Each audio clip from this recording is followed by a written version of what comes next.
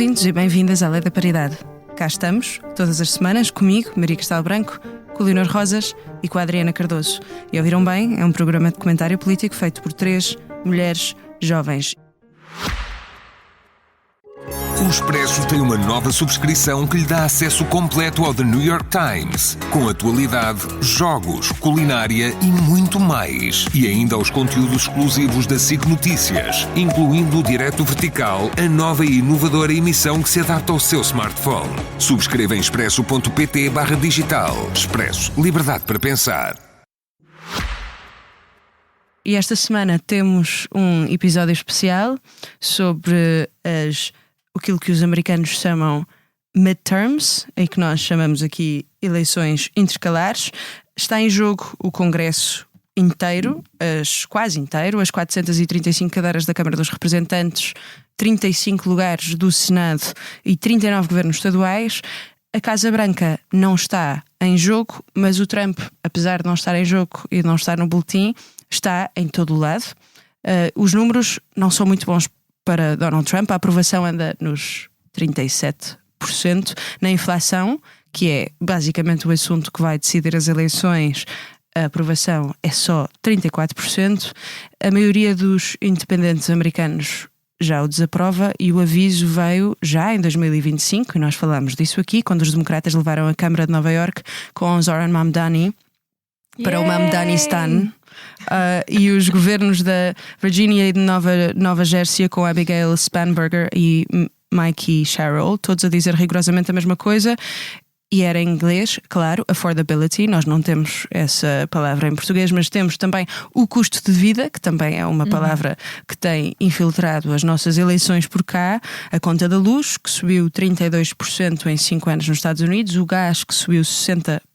A alface, que ganhou a uma primeira-ministra inglesa. E nós também temos aqui coisas para falar sobre os primeiros-ministros ingleses. A alface nos Estados Unidos, que no único mês, em fevereiro, ficou 12% mais cara só num mês. É esta altura do mês que se ganham e perdem eleições nos Estados Unidos. E depois também há a guerra. A 28 de fevereiro os Estados Unidos entraram em guerra com o Irão e a gasolina subiu. Na América, a gasolina, e como aqui, transforma-se em várias coisas. Não é só a gasolina, transforma-se no transporte, no talho, no adubo que vem do Golfo Pérsico e que faz crescer o que se come pessimamente nos Estados americanos. E há quem diga que a pressa de Trump em arranjar um cessar-fogo tem menos que ver com o Médio Oriente e tem mais que ver com o preço da bomba que vem em novembro. É uma leitura, não sei se a Adriana concordará. E aqui nós podemos dizer, bom, será que está tudo decidido? Há uma bomba a vir e não está, enquanto a sondagem corria para um lado. O Partido Republicano foi redesenhar os mapas, também vamos falar disso. O Texas desenhou 5 lugares novos à sua medida, a Califórnia respondeu a apagar outros 5 e o resultado é que os democratas, que precisavam de correr 3 pontos à frente de Kamala Harris para conquistar a Câmara, precisam agora de quase 5 pontos, 4,9, segundo dizem os analistas. O mapa está a dificultar as contas aos democratas. Depois também há o dinheiro e aqui há uma coisa também que nos diz respeito, que é, durante anos, o Partido Democrata foi o partido dos direitos, do direito ao aborto, acima de tudo. Em 2026, a mensagem já não parece ser essa, já parece ser mais a carteira. E para responder a estas perguntas sobre o que é que se vai passar nas midterms, temos a minha querida amiga Julia, que estudou comigo na LSI, Julia Praguer-Hessel, que esteve lá dentro do Congresso, foi diretora de comunicação de um membro do Congresso americano. Está cá em Portugal meio de férias, a visitar-me. Ela não é uma nómada digital, por favor, não venham contra ela. I'm saying you're not a digital nomad. You're just visiting. Yes. So you're fine. Visiting my dear friend, Maria. Yes, and thank you so much for being here. Vamos fazer este episódio em inglês. Pedimos desculpa, mas eu acho que vocês falam todas em inglês. Não se queixam dos anglicismos porque já está tudo em inglês. Yeah. Agora assim podemos fazer tudo. Este vai ser o meu episódio favorito sempre, porque nunca ninguém vai acusar de fazer anglicismos. Eu vou falar como eu gosto de falar. It's that sometimes people will say we'll borrow some words from the English language, and I've told you about this as well. And people will make fun of us a bit for that. And she's saying this is going to be her favorite episode because she can speak in only English, and so no one can accuse her of, borrowing terms from English. And Julia, thank you so much for being here. Thank you. Thank you so much for accepting this invitation. In Portugal, we'd like everything that is foreign. Sure. Everything that is not, estrangeiro, that is not from Portugal.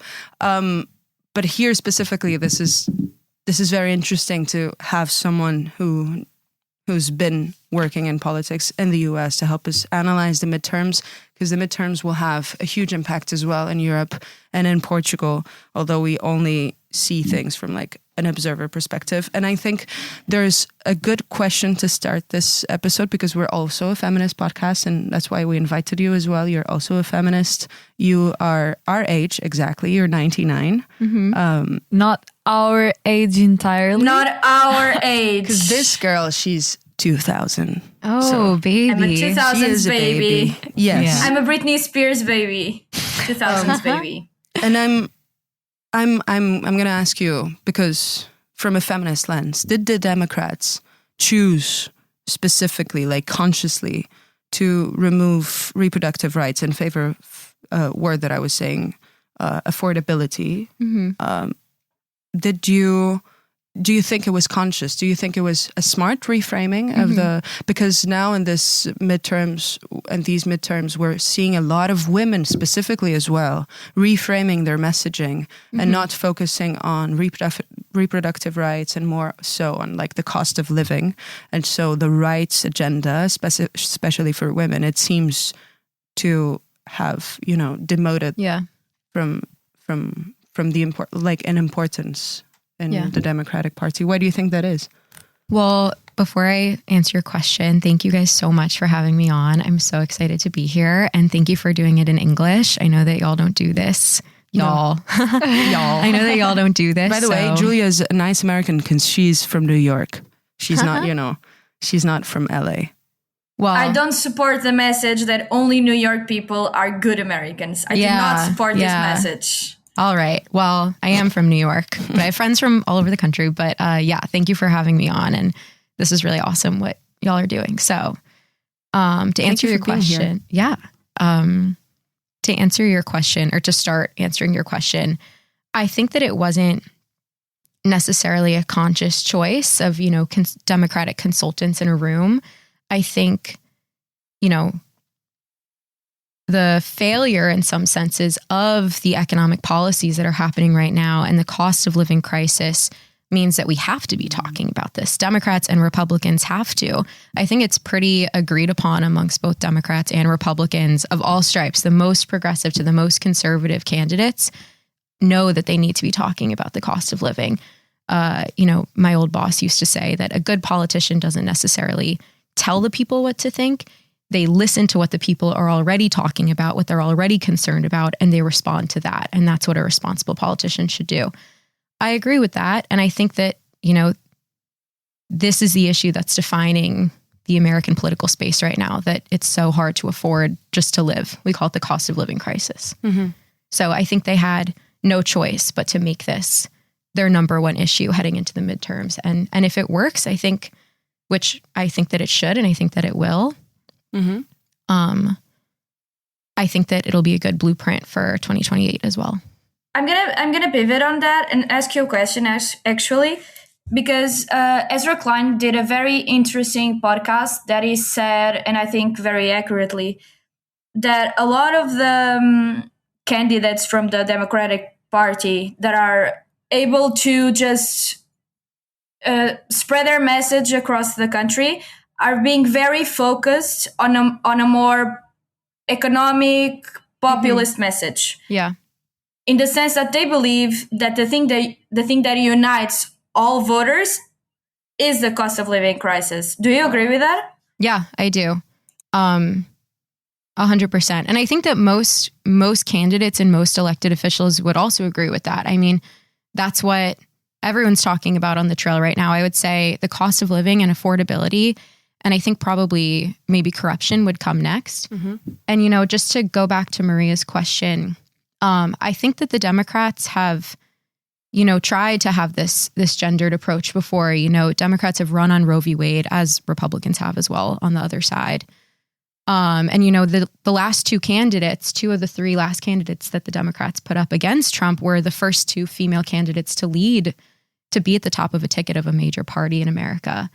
And, you know, Democrats in Trump's first term and when he ran for what would have been his second term, which was ultimately Biden's term, you know, Democrats threw everything at him from a gendered perspective. They called him out as a predator. They called him out as a pedophile. They called him everything, and it didn't work. And now he called him President Trump. So I think that it's important that we try a new tact. And as I said, I think talking about the economy is what we have to talk about because that's what the people are concerned about. So we have to address the people's concerns. And I would like to ask you a bit more on these gender issues, especially because we are a feminist podcast. But I was really interested also in how you spoke about affordability, and maybe I can go there in the second round of questions. I was reading this week an I article. get to ask you guys questions too? Yes, obviously. Please do whatever you wish. I don't know whatever you wish, but some questions you can. Yeah. Other questions you can as well, but off the record. Yeah. Totally. Exactly. We'll talk later, ladies. So I'm not the greatest fan of America, of the United States, as I have stated here before on the podcast, but I'm a big fan of yours, okay? And I've just You're met the you. exception. No. Exactly. I was reading an article this week in the Le Monde, and it was about this Women's Leadership Summit in San Antonio in Texas, which brought together around 3,000 women, and it was more or less organized. It was organized by Erica Kirk, Charlie Kirk's widow, and it brought together. We are Charlie Kirk. Sing the song, Maria. I am not. We are not. We are not Charlie Kirk. We do not support Charlie Kirk on this podcast. And I can't even say what I think about this, or I'll be fired or something.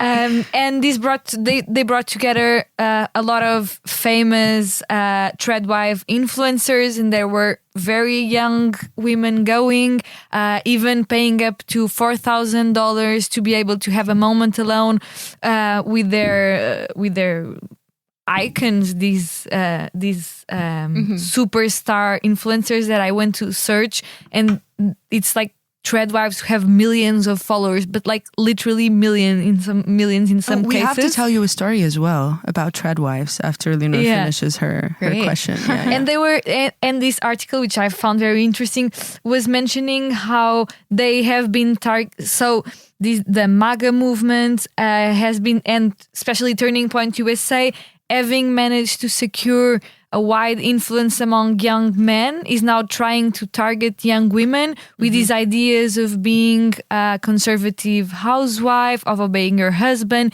even with major influencers saying that women should stop voting and that they would gladly lose their right to vote, strongly against abortion. And I was really interested in this question because we also speak about this in Portugal regarding the extreme right, the far right, how young men seem to be more far right leaning in the younger generations, but young women are somehow a stronghold against these kind of hate ideologies.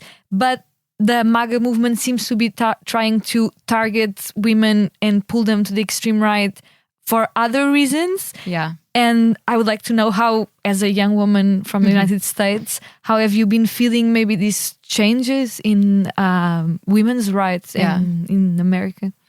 Well, to be clear, I don't run in Erica Kirk circles. I'm not intimately familiar with the tradwife movement.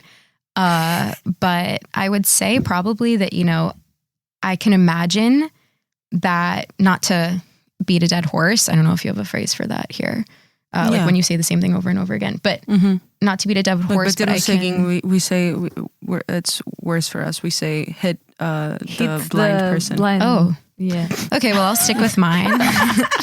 I think that some of this like tradwife idealism might be connected to the economic exhaustion that a lot of people are feeling too. I mean, when this kind of historic tradwife existed, and of course it didn't exist for people who always had to work multiple incomes, but it was when the economy was such that you could have a nuclear family with one income. And I think now that's become so difficult. It's become so difficult in America. And, I'm curious as to what you guys think about Portugal and the EU. It's become so difficult in America to live a good life on one job, even two jobs sometimes. And so I can imagine that some of this pull is like, they're exhausted. Do you guys ever just come home from work and you're like, God, I don't want to go tomorrow? Even if you love your jobs, it's exhausting. And so I can imagine that it's likely connected to some of the economic exhaustion that everyone's feeling, especially and including young women. Especially because young women, then we have to come home. Yeah. And in Portugal, for example, do everything else. Do everything else. Yeah. The job divide in Portugal is huge. We're only ahead of Turkey in the sense of like in the European Union. I think on average, women do 2.5 hours extra Of domestic labor. of domestic and Domestic care labor, labor probably in the United States it's rather similar, I guess. But it's interesting that you said that because in this, I mean, that's just my gut. Again, I'm not in the trad wife obviously. movement, No. to be clear. But that's what I would we. guess. Yeah. But it's interesting because in this article that I was reading, some women that they interview actually mention I was constantly exhausted from work, I was tired, and they offer this really simple explanation that is you need to find a husband who provides for you so you don't feel exhausted, so you don't have to put your children in the daycare and never see them, instead of offering other solutions as to the cost of living, as to wages. It's always this discourse, the easy solution, I guess. Yeah. I would like just to explain a little bit of a cultural difference in Portugal. I don't think that movement, in the sense that it was never cultural in Portugal for the woman to stay at home and not work as much as it was in the United States, because you had a big wave when the middle class was formed in the United States, on those years where obviously you could have just one person working and just take care of and provide for the whole of the family. That was never much of a thing in Portugal. I come from a very low income family, and all the women in my family also worked. So that was not a thing. Yeah, it was for the higher income classes. Yeah. That's my point. So it was class divided. I think same in America. And there that's was a kind class of, divide. Yeah, that's kind of what I said at the beginning of like, of course there are families and there are women who always had to work. And I would argue that, in all likelihood, that was most of the country. But I think this trad wife movement is probably this middle class, upper class women who now are having to work for the first time and they're exhausted. But I totally agree. I think that makes sense.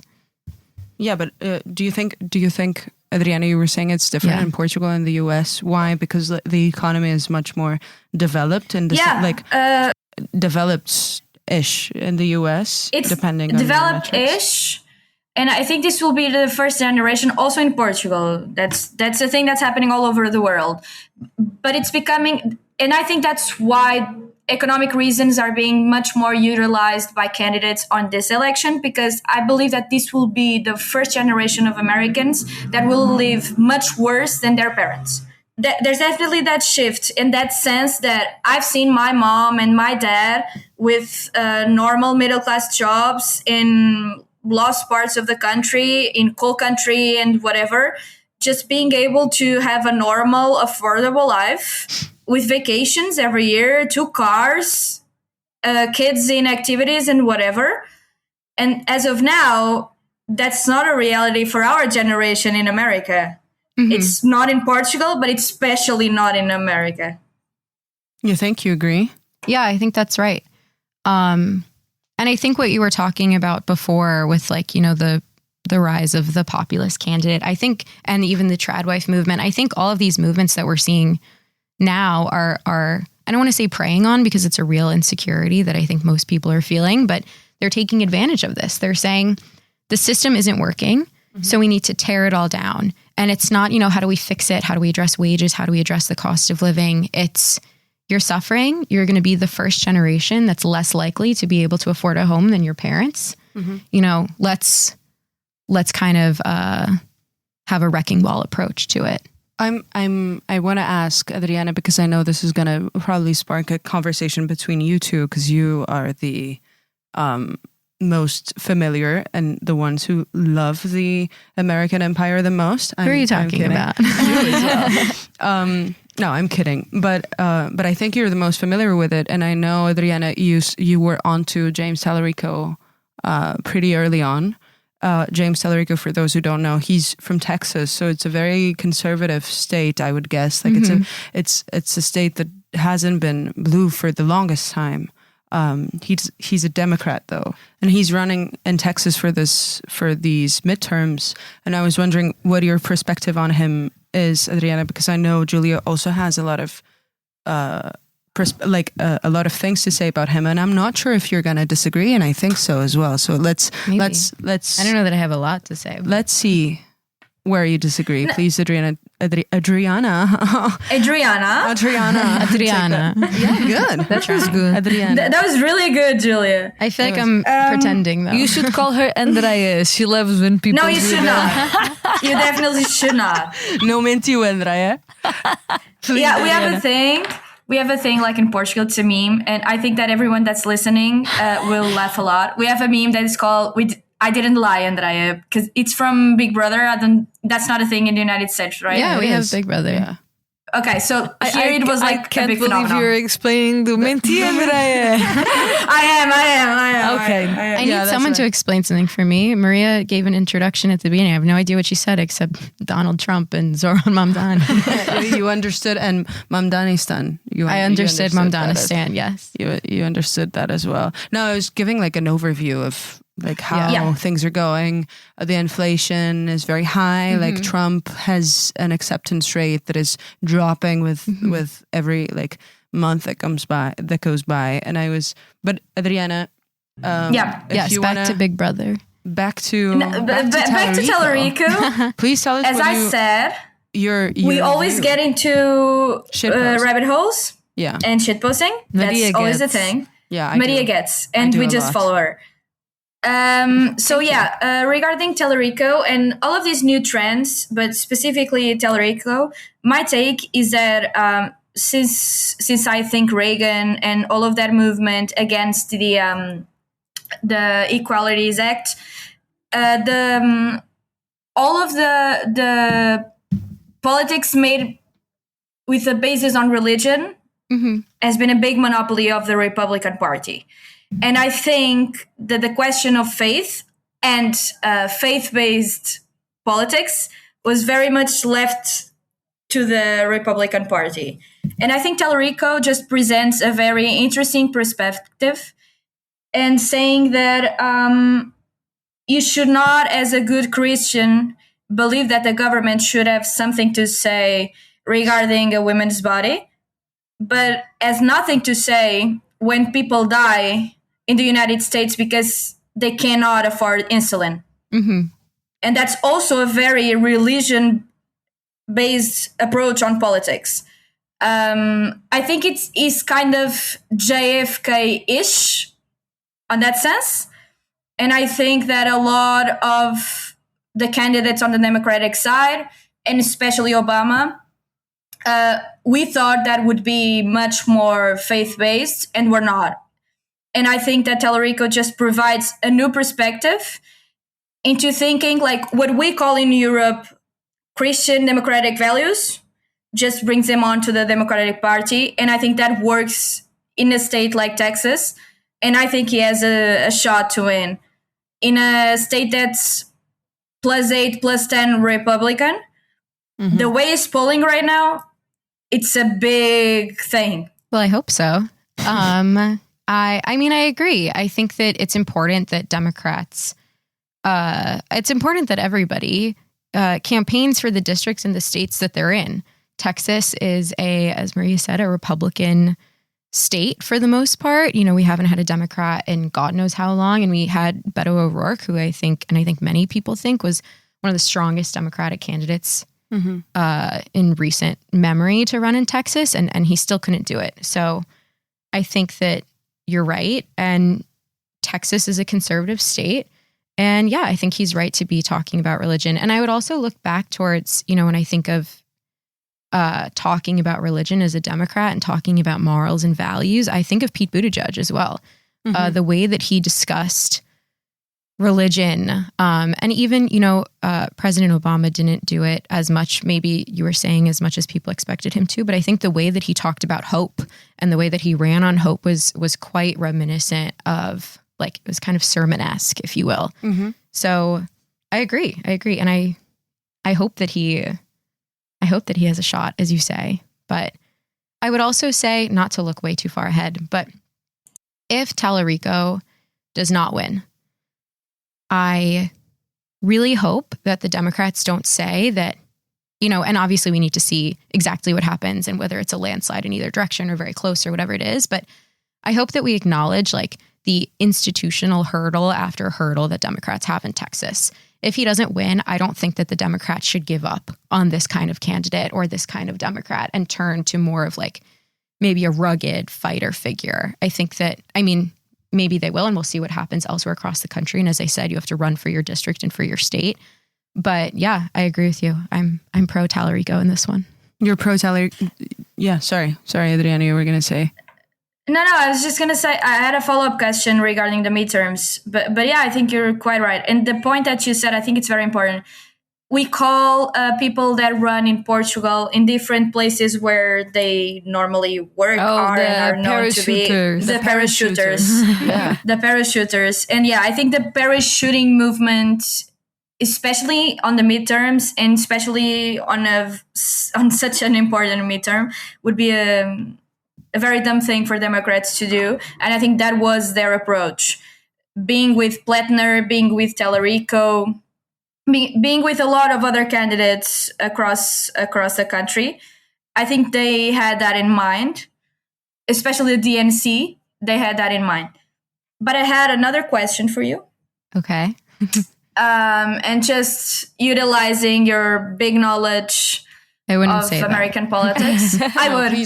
Please do. I would, and I will, and I do. Girls. Let's go. I think everyone, firstly, I should say that American politics is very ill-treated in Portugal. There's not a lot of people in Portugal that understand American politics. I treat it badly. On purpose. Yeah, but that's not your job. There are people whose job should be, like, understanding American politics. My job is to produce cultural Marxism and gender ideology. We know. Cultural Marxist on our show. We're kidding. Marxist is not a cultural one. That's her thing, not our thing. Not our thing.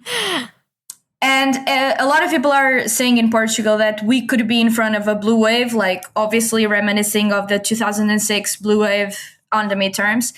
But I have a take, and I was wondering, what do you think, especially regarding all of the rulings? And today we're recording on Tuesday. Last night, the Eighth Circuit Court, exactly, just announced a new ruling that just uplifted the Supreme Court ruling regarding voting rights. We obviously know what happened regarding the gerrymandering of districts. And I believe that the blue wave could be a blue sprinkle. A sprinkle? And that's just a little. You should coin that term. Yeah, it's a good term. Yeah. It's a good soundbite. Blue wave would be a sprinkle. So I was just wondering, do you feel like even in America, the stars are aligning for the Democrats to regain control, obviously, of the House? Or do you think that will be, even if they do gain it, it will be much closer than people are expecting? I mean, can I just give kind of a state of play of where we're at? Yeah, please. So basic, like, midterms 101 is, like, historically the thought is that the party not in power will win, either in a wave or a sprinkle, as you say, but they'll win. So right now that would be the Democrats. That we're out of power everywhere. And I think that, in the pro-blue wave, pro-blue category, I think that's exacerbated by, as Maria was saying, the president's tanking poll numbers. I think the cost of living crisis, more and more, the American people are pinning that on President Trump. He's kind of owned the tariffs wholeheartedly. he has no choice but to own the war in Iran. And I think the cost of living crisis hits you most in the face probably when you go and fill up your car and you see the gas prices. And we all know that that has to do with Iran and the war in Iran. That obviously was not happening under President Biden. And President Trump, especially at the beginning, loved to say that, you know, the bad parts of the economy were Biden's economy. I think 2 years in, the American people aren't really buying that anymore, if they were at all. And I think with, you know, this historical understanding that the party out of power will take the midterms and these polling numbers and the cost of living crisis being front of mind for every candidate, I think that goes in the Democrats' box and gives them and is in their favor. I think on the other hand, we're talking about the redistricting wars. I think obviously that's a concern.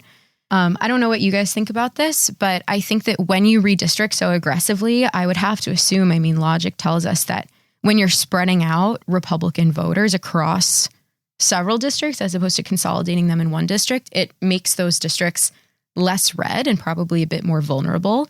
So we're saying, you know, the Republicans are picking up X seats. We'll see how it goes. Mm-hmm. And also, like, President Trump just has 9 lives. Like, he is like a cat. Like, he has survived what would have been career-ruining scandals 10 plus years ago. And so I think you can really never count him out. And he's not on the ballot, but he is. I think ever since he rode down that escalator a decade ago, he's always on the ballot. And I think he probably will be for some time. Mm-hmm. So I think that's sorry, Julia, just to say that he primaried a lot of candidates. Like Thomas Massie is a big example of that. So obviously it's very important. Yeah. I agree. So I think that's kind of that's my take on the pros and cons. Can I make a funny question? Yeah, please do. Could you tell us who your United States favorite president is? No. You cannot. No, it's because you have like so in many. history. Like, I mean, mine is FDR. Why? Well, because it's like he's closer to socialism. Because I guess he was the most left wing of them all, and also because he had a major role in World War II. I like FDR's wife.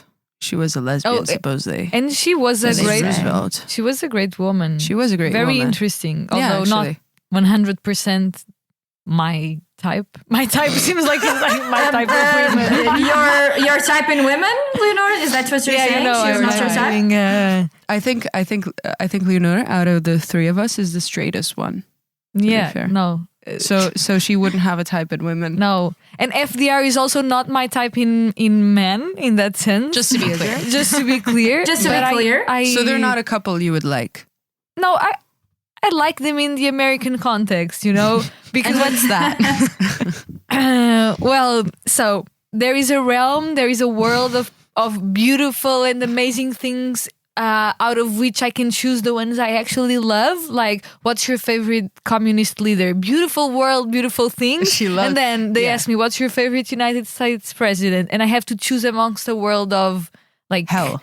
Not necessarily hell, but like it's like Nixon and Bill Clinton and George Bush. No, it's just because, you know, Portugal is very interesting in this sense because we do have still a communist party in power, and I think we're the only country in Western Europe to still have not in parliament. Sorry, and but they were in power in a certain sense. Well, no, they were not part of the Communist Party. No. She is part of the left bloc, and I think I told you about it. But like, there's actually a good question for all of you to ask because But you didn't tell me your favorite U.S. president. I don't think she can say. Any of you. I don't think I have a favorite president, U.S. president, or that I have a favorite Portuguese president. I don't. No, but I guess I can pivot on that and make another question and just say my upfront. I have a favorite American political figure, and mine is John McCain. Can you say your favorite American political figure of all times, Julia? I don't know. Go ahead. No, let me think. There's so many. I like John McCain too, but we were talking about John McCain last night. Thank you for the invite. We were talking about whether the economic crash or Sarah Palin were worse for his campaign. Yeah. Exactly. Yeah. That's a good question. I think he would say it would be Sarah Palin. Yeah, for sure. I think also the economic crash, to be fair. It's also like in America, colloquially, we have like Republican, Democrat. So. Same with us. Oh. I think that's a very tough question. I don't think I could pick like a favorite prime minister or a favorite president in Portugal, let alone like the US, but like not even in Portugal. I don't think like the least worst. Yeah, exactly. I could pick like the one I don't like the most. I don't think I could pick a favorite one, to be fair.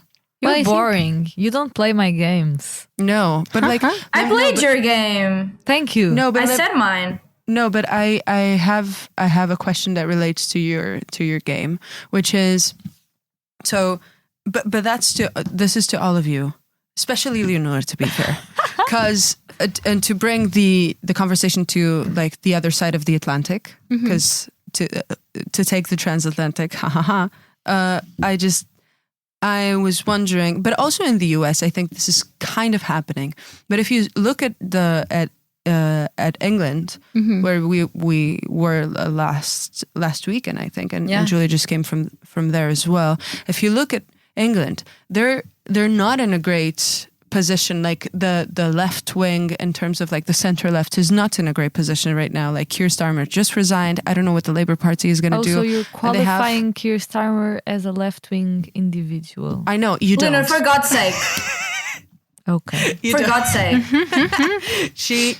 So Leonor doesn't think our Socialist Party is left wing because she thinks they're right. Sure, she's very much on the left wing. We went to school with people like that.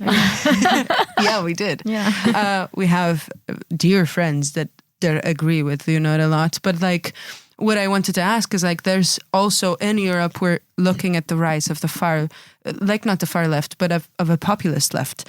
So we see the Greens are a populist left. I think LFI, who Leonor likes. Kind of. I think you liked them a lot. I like them a lot. Yeah, LFI in France is a populist left. I don't think we're seeing that in Portugal.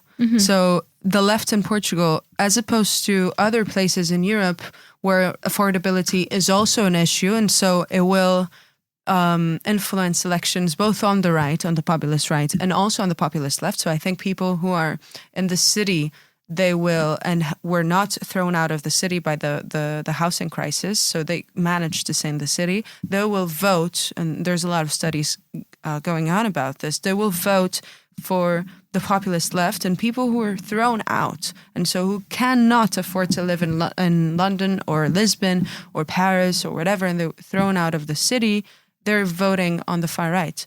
And so my question is, to all of you, but I think specifically to Leonor, why do you think the populist left is not being able to capitalize on the affordability crisis in Portugal? Because I think if you look at the US, we have a populist left-wing discourse in Portugal. Yeah, why do you think not? Like, why do you think that is? I don't know. You should ask someone who actually has a say on it, which is not me. But you would like to have a populist left in Portugal? Yeah, definitely. Okay. I think that's what...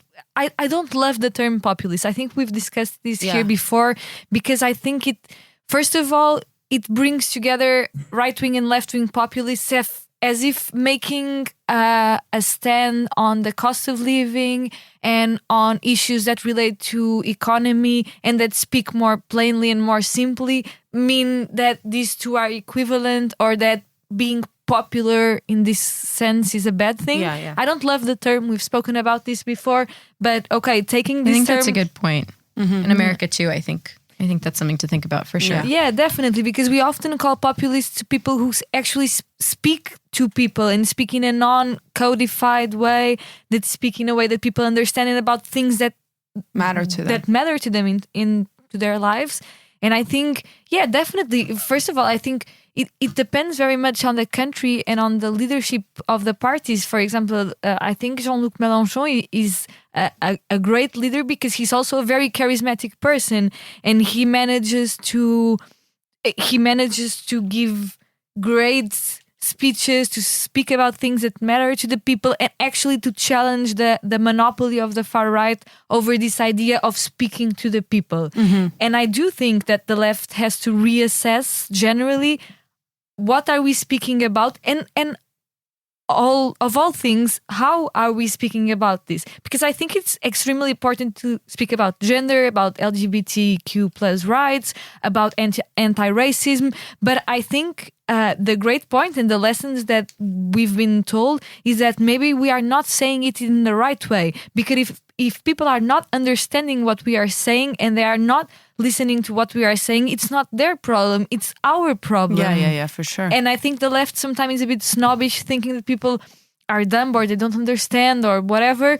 And it's our problem. Our message isn't getting through, but the extreme right and their messages, which are much more simpler, are getting through. So what are we doing wrong? And I think that's a challenge for the left, either if it's a more like center left or radical left, as I see myself as part of, that we need to be able to break through, and that's not happening in Portugal at all. And it's sad, but it is what it is. I guess we're trying our best, but I don't have any answers either. Yeah. But I think seeing La France Insoumise is very inspiring because despite all its errors that obviously exist, they managed to actually be one of the only parties in Europe which challenge far-right hegemony over what we call talking to the people. Yeah, and I'm gonna pass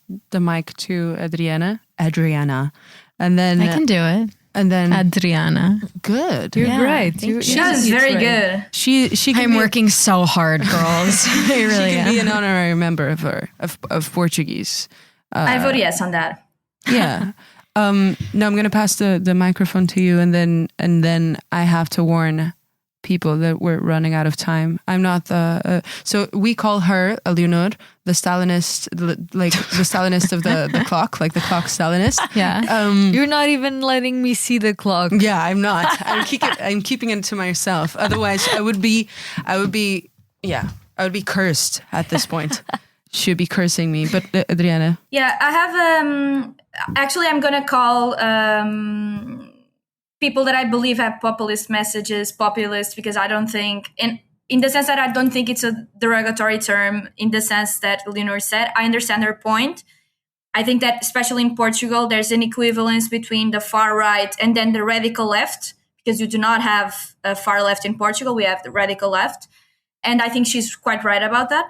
But I think that there's a big stance on a left-leaning populist economic movement that I think it's very worthwhile talking about.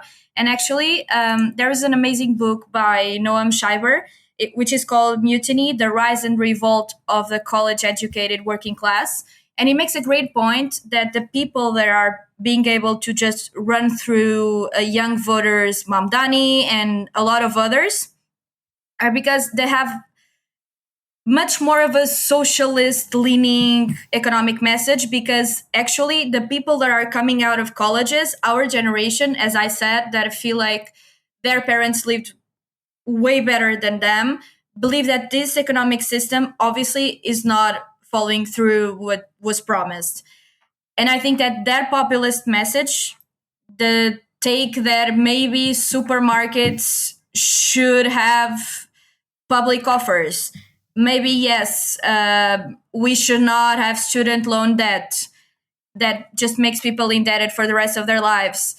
And even just being graduated out of college actually doesn't help you that much getting out of that poverty line as of now in America.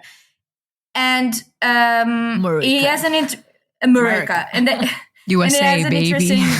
He has an interesting point that I wanted to ask to you, Julia, because I think that 5 years ago, the Democratic Socialists of America were something that we all just left about. I didn't. Yeah, we know you didn't. But in American politics, yeah, but you don't count, babe. You don't count. Okay, so I'll just leave then. No. I like you. No. Yeah. She will throw you into Campuquin. That's a joke. You need to explain that off record to Julia. People who are listening are Portuguese anyway, they'll get it. She doesn't. You don't want to be thrown in Campuquin by Leonor. So you better be nice to her. Okay. So my point, to just pass to you, Julie, because I wanted to hear what you have to say about that. And then we have to go to the recommendations. Yeah. Oh my gosh, I didn't. This was so quick. I didn't get to ask you guys anything. Okay, sorry. No, but you can. You can in the last 5 minutes of the podcast. The floor is yours. I think we just saw Bernie Sanders being like, the top 1%, blah, blah, blah. And everyone is like, okay, Bernie, go play with your delegates, and no one cared. But as of now, this was Leonard. As of now, I think it's a big message on the Democratic Party, with a lot of candidates going on that route. Do you think that there was just a cultural shift in the sense that younger candidates are just coming up? Or do you think that actually the state of the economy and the state of the country actually calls for a left-wing populist response to MAGAism? MAGAism. Love it. Yeah. I think that, wow, there's a lot there. I think that Mamdani won for a whole host of reasons. I think, chief amongst sexy. them. Sure. Actually, maybe. I think he's young, he's good looking, he talks to the camera quite well. I think he ran a really strong campaign. And I think, not to end where we began, or maybe to end where we began, to beat a dead horse, I think it is this economic frustration. And I think that economic frustration bleeds into everything. Wow, I'm just so tired with the status quo. The status quo isn't working for me, so we need change. And I think that's what Trump does as well. I mean, I just said that we have to be careful not to equate the left and the right populism. And I think we have to be careful there. But there is a similarity, I think, between Mamdani and Trump in the sense that they're both saying, okay, you feel economically insecure, or you feel insecure in some way, as Trump says. Let's have this radical change. Mm-hmm. Let's talk about socialism in a way that we've never done in America.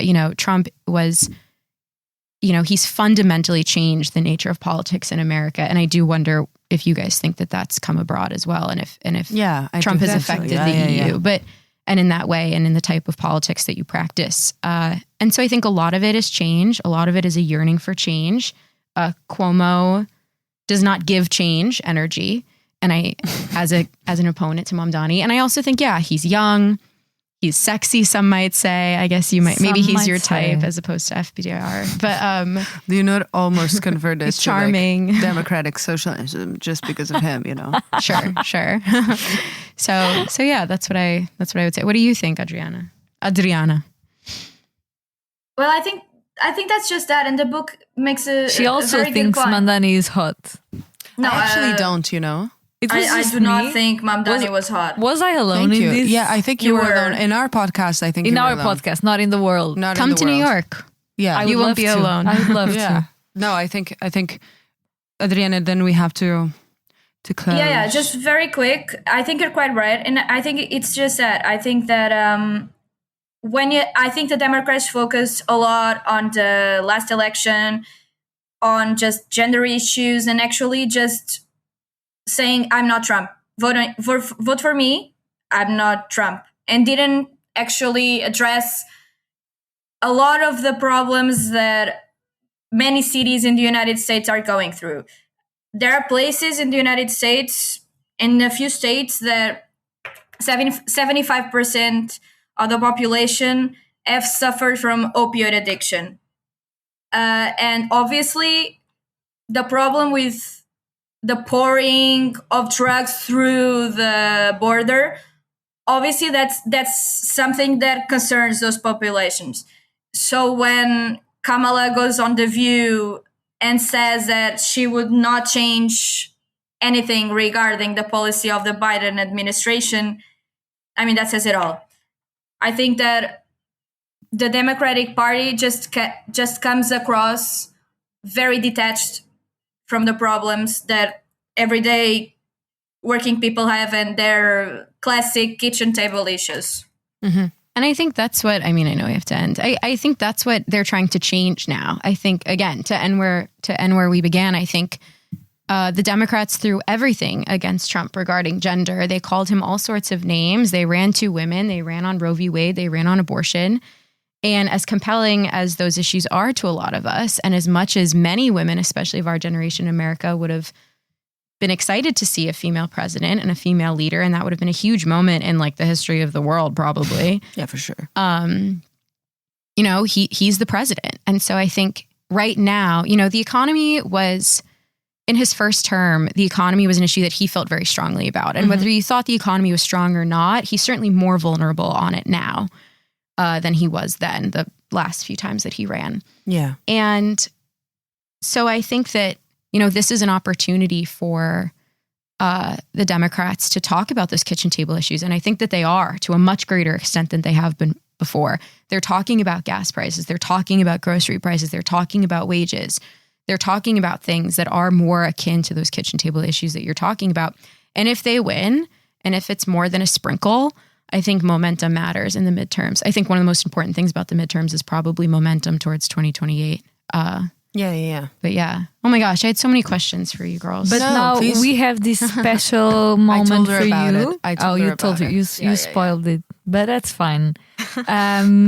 So at the end of every episode, each one of us gives a recommendation to those who are listening to us. And it can be whatever you see fit to recommend. A book, a movie, a song. So Julia, now the floor is yours to recommend something to those who listen to Lei da Paridade.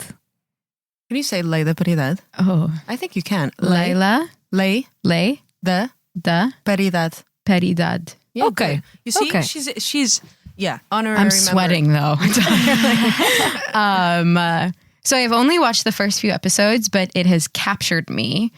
It's called Ponies. It's persons of no interest, and it's fiction, but it's about two of the first female spies in Moscow in the 70s. And it's supposed to be very funny, and it's is she dating someone in the KGB? Very hard to tell. So it's been interesting for so her. far. Yeah. Sounds like something All right. Leonardo would like. Leonardo would love it. And as Emilia Clarke, I don't know. Oh, And I would recommend that you come to New York, that you come to Mamdanistan, and that I you would love celebrate to. the Knicks' victory. Wow, I would love to. Yeah. Okay. Invitation accepted. To go to the United States, I can't believe. I'm not sure you can get in. Yeah, I'm not sure. Yeah, I though. don't know. Yeah, maybe sometime.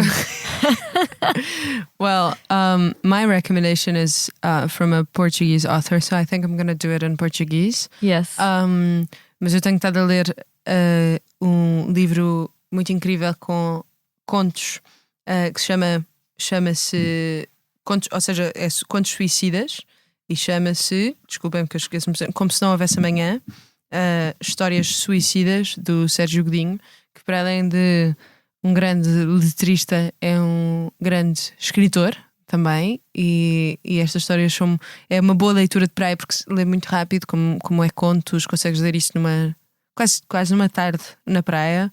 Eu tenho gostado de ir à praia assim para descomprimir. Portanto, a minha recomendação é Como Se Não Houvesse Amanhã, do Sérgio Godinho. E tu, Leonor? Eu não sou grande fã de ir à praia, não é? Como sabem, mas também vou recomendar um livro. Podem lê-lo na praia. Podem Eu não percebo lê-lo em como é que tu qualquer não és sítio. grande fã de ir à praia. Posso explicar no nosso último episódio antes das férias de verão, fica Boa. prometido. Ok. Vou recomendar um livro que se chama The Directors, que foi escrito por um alemão chamado Daniel Kehlmann. E é um livro que é sobre um realizador, que era o G.W. Pabst, que era um realizador muito conhecido na República de Weimar, que fez filmes que na altura tiveram muito, muito sucesso. E que quando ele sai da Alemanha, quando os nazis chegam ao poder, isto é um livro de ficção, atenção, mas a história é relativamente verdadeira, pelo que eu percebi. E ele acaba por voltar porque vai ter com a mãe que está doente, mas o processo de voltar fica preso porque entra na altura em que a Alemanha ataca a Polónia e fica preso, já não consegue sair, e cede a começar a fazer filmes para o Ministério da Propaganda, que era tutelado por Goebbels, e é uma história um bocadinho de um remoinho em que ele entra dentro deste regime totalitário nazi, quando é que ele está disposto a ceder para se manter vivo, para continuar a fazer filmes, quando é que ele está disposto a ceder dos seus princípios. E eu acho que nos coloca questões super relevantes e atuais sobre o quanto é que nós estamos dispostas a abdicar de certos princípios para conseguir produzir a nossa arte, a nossa escrita, o que quer que seja, face a um regime crescentemente hostil. Leonor. Adriana, desculpa. Andreia. No, don't. Não Just menti, don't. Andreia.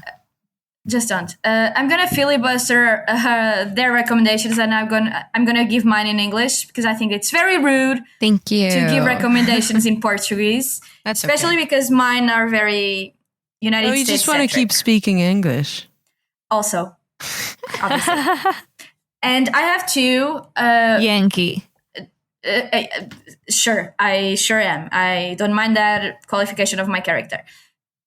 And we, as you probably know, Julia, we're the only full feminine political show in Portugal. Can we talk about how, I mean, we can't talk about anything else because we're having a clock issue, but can we talk about how amazing that is? Like, you women are so important, and like you're really shaping the discourse, and I just admire you guys so much. And I'm so lucky to have been Maria's friend in graduate school. I really love you so much. You know. Julia Sorry to interrupt, but Julia was saying, you guys deserve your flowers. Julia was saying that she's happy because now she can listen to an episode of Lei da Paridade because she usually doesn't understand because it's in Portuguese. So now, and we're so happy to have had you. And you were brilliant as well. And it's crazy you because she's were. No, she's really incredible. I'm sorry, Adriana, the floor is yours again. No, I was just saying that we are, and I think the biggest take back that I had when we started to just get this show up and running was that I learned about American politics watching The View. And that concept of just like four women with different political stance and political just ideology and opinions just getting together on the table and just hashing it out. And I'm going to recommend that people listen to The View's interview of JD Vance, which aired on the 16th of June, and you can catch it on YouTube. And I think that they made one of the most brilliant political interviews that JD Vance ever had to face. And actually he said that he feared more Joy Behar than the Iranian ministers when he had to actually need to negotiate with them. He feared her more. And I love The View. And I think it's just for me, it's a big example of what we're doing, and just seeing that one of the biggest rated shows in America is just completely on the feminine side. I think that's very important. And my last recommendation is my favorite show of all times, and I watch it. I've watched it like 10 times already, which is The West Wing. I love it, and I think that what you do is West Wing-ish. And I just love you for it. No. I also love that show, though. Yeah, and you love Veep as well. Maybe like Josh Lyman is my favorite American political figure. I agree. Yeah, I agree. He's my favorite character. Well, girls, for the now we have to end because I'm going to be the Stalinist of the hours to translate it directly from Portuguese. But you can ask us questions over drinks. My favorite. Yes. For over like Portuguese beer that she likes. I can't understand how she likes Portuguese beer. I will not because drink I don't beer, really but like I will beer. be there. Yeah, nice answer. E chegamos ao fim de mais um Lei da Paridade, um programa de comentário político semanal, e como sempre podem ouvir-nos nas habituais plataformas de podcast e no site do Expresso e da SIC Notícias. Até à próxima semana.